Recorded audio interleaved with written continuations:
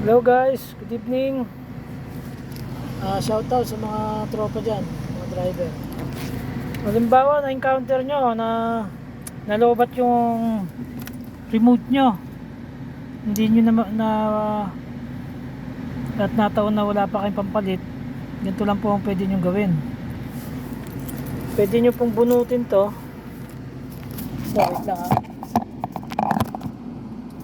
ito, bubunutin nyo lang po ito. May lock po yan dito sa likod. Ayan, may lock po yan dyan. Bunutin nyo ganyan. Pwede nyo yung saksak doon sa may susian ng pintuan. Makakapasok na po kayo.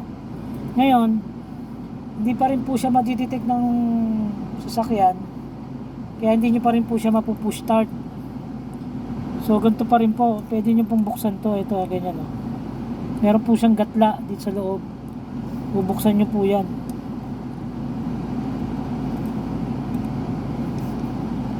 Yan pag nabuksan nyo po yan,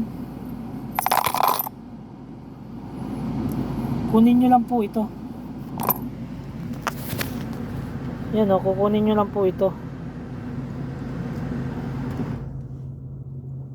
Ayan tapos itatapat nyo lang po dito.